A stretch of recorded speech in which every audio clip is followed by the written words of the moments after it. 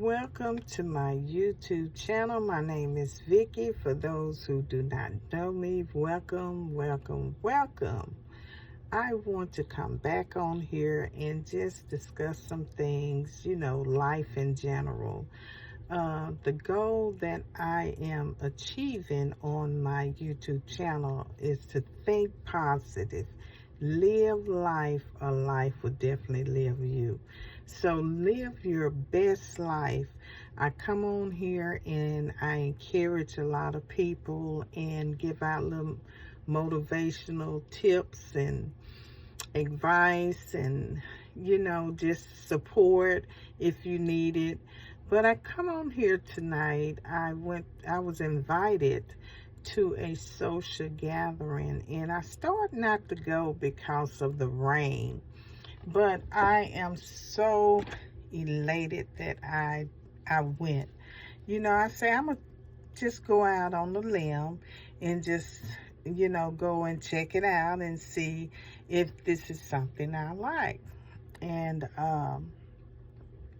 so it was real unique. It was a group of us as professional life coaches, professional psychologists, professional social workers, and teachers.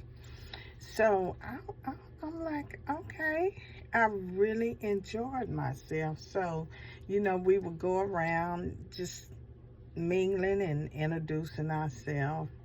And I ran across this lady, and we started talking, and just out of the blue, we just clicked. One thing, she was there just to get out of the house, just like I did. I just, you know, because I started to stay home. But she was debating the same thing. And she said, well, I started to stay home because of my husband. She said, my husband is going through a lot of health problems in his life.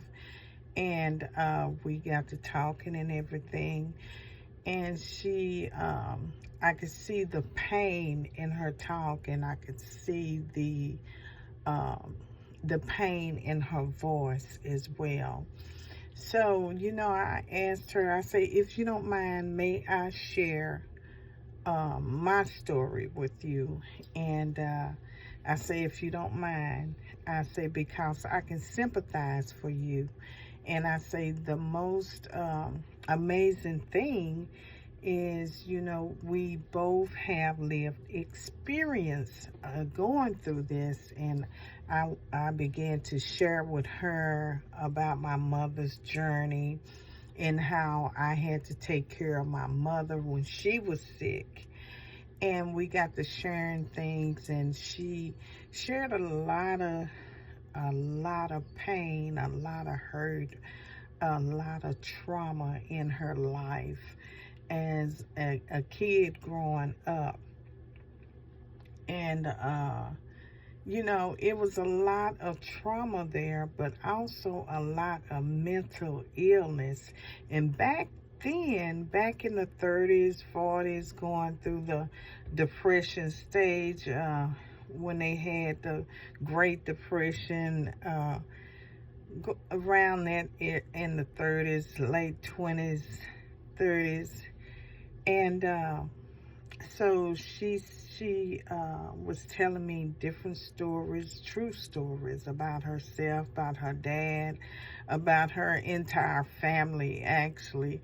And I say, wow, you have experienced a lot of heartache and a lot of pain to where it was so drastic that we began to talk about. She said, have you ever heard of New London?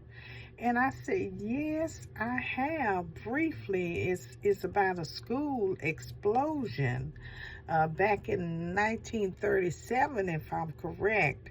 And she said, you are correct. And she said, it's a story behind that. So her uncle was a principal there at that time, and her dad, he was, I don't think she mentioned what he was, but anyway, he was working there at that time. But the school exploded, and this is actually true. You know, it's nothing made up or anything like that. But anyway, the school exploded, killed over 300 or 400 people, including teachers and staff and children. But I asked her a question. I said, did they ever mention, I know the school blew up, but did they ever mention about the ones that were saved? You know, were there anyone saved? If so, do you know the number? She said, yes, it was some that was saved and injured during the explosion, but they lived. And she said, I don't know the number, so, of course, me. I went to the restroom and excused myself, so I began to Google, and it was quite a few that made it through the explosion. And I think it was less than 200, but it was like 157 or something like that. But my point is that, you know, you never know who's God gonna send you to just to comfort them, and they don't realize sometimes we need the comfort as well. So I gave her some tips. I said, you know what, since you're out tonight, this was ordained by God. I say, I'm a true firm believer of that. She said, I am too. So I said, when you get home, while you have a chance, I say, I want you to do something with your husband, because I wished I would have did this with my mom. Make sure that you take as many photos as you can and videos with your loved one. Make sure that you love on him like never before. I say, don't let him go. Every moment when you think about it, I need you to journal every detail, from detail to detail. I say, I missed that. Because at the time when I was going through, like you are, I say, I was in so much pain. I was tired. I could not think, because I was just doing it with no help whatsoever. So it's draining when things are on you and you're trying to figure out the next step. And you're trying, excuse me, and you're trying to get some rest. So I was, you know, just couldn't think. My brain was just full of fog, just foggy brain. And I say, but here's the thing. I say, do you journal? She said, yes, sometime. I say, make sure you start journaling now.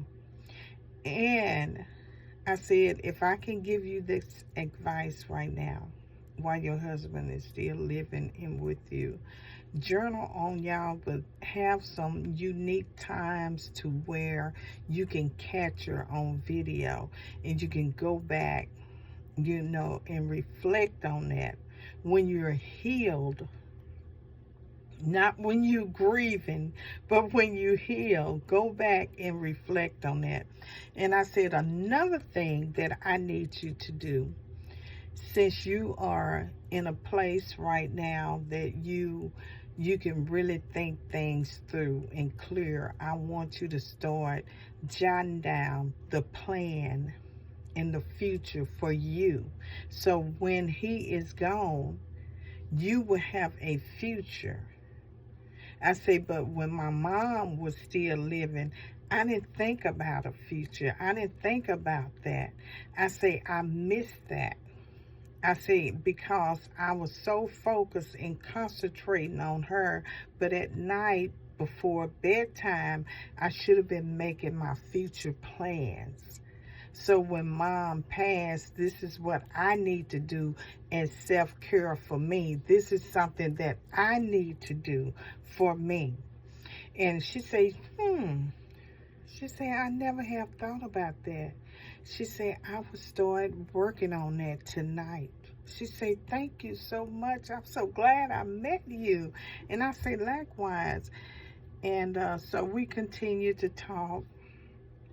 And I said, make sure that you stick this note, your journal, stick it in a place where your kids can find it, your children, your adult children can find it. I say, but you can just rip those pages out and put it on the refrigerator, because when you're grieving, you don't want to talk to nobody. You don't want to discuss anything with them. So have it out right now and let them know this is where the journal gonna be, on the bedside. So when I don't feel like talking, y'all grab this journal right here.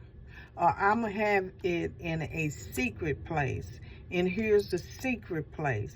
So when I cannot speak for myself, the journal will be available to speak for me. And it have details and instructions in there what to do for me, or what to do for my future. Because when we're vulnerable and in a vulnerable position and we're grieving, we can't think right. If you recall, if y'all go back and look at my videos, I walked off and I left everything in Dallas, everything behind. I didn't care about nothing. I just got in my car and I drove and I drove and I drove. I just had to get away. I left everything and had to start over from scratch. So I told her about my journey, and I said, I don't want you to make the same mistake as I did, because when you grieve and you don't think right, you're not in your right mind. You know, I have had friends in the past when they lost their husband, their spouse. I had one friend, she just went on a shopping spree, on a spending spree, bought her a house, she bought her a car, you know, and she just started spending money like it wasn't nothing. She wasn't thinking. She even gave out thousands and thousands of dollars off the insurance money that she had collected from her spouse. You know, he had set up real good, but when she was grieving, she didn't realize how much she was spending, and people were asking her to give them large sums of money, and she just, here you go, money for you, money for you, money for you. But when she came down and came back to her senses from grieving, she realized that wasn't a wise decision. Just like me, when I realized I'm getting myself back together, and I think about, I just walked away, left everything. That was not wise at all. I said that to myself, but it's a learned experience, you know. And that's why I clearly say I don't mind starting over. I'm used to starting over. I have lost things, and I have moved before. I have switched jobs and got fired off of jobs, and I mean, you name it, I just about did it. Oh, but that's why I'm here, to share my journey with you guys and try to give you some advice and tips and not to do, and maybe you can do this or thinking about doing it. But I did exchange numbers with her, and She said, you know what, Vicky, you're a wise woman. And she said, maybe I can get some counseling from you. Maybe we can hang out or have tea. I say, I want you to think about it before you, I say, here's my card. I say, one thing, what I do, I'm a life coach. I am on my way to get my doctoral degree, my doctorate degree in psychologist. I said, so right now, we're good. Here's my card as a life coach. You can call me anytime. We can set up an appointment. You can come and see me. If you don't feel like coming, I will come to you at your home. So you never know what God is having a setup for you. You never know what God has for you or in store for you if you just don't step out, because I almost missed my blessing. And I was honored to talk to her. I was just elated and happy to learn that you know, not only a client that I had picked up, but I believe something great is going to come out of this as a friendship, a close friendship. So I was honored to go to the social gathering just to be there at the right place at the right time. So I just wanted to share that. Thank y'all for watching this video, and I hope that this video helps somebody. And if y'all have any tips, put them down below. I would love to hear from y'all.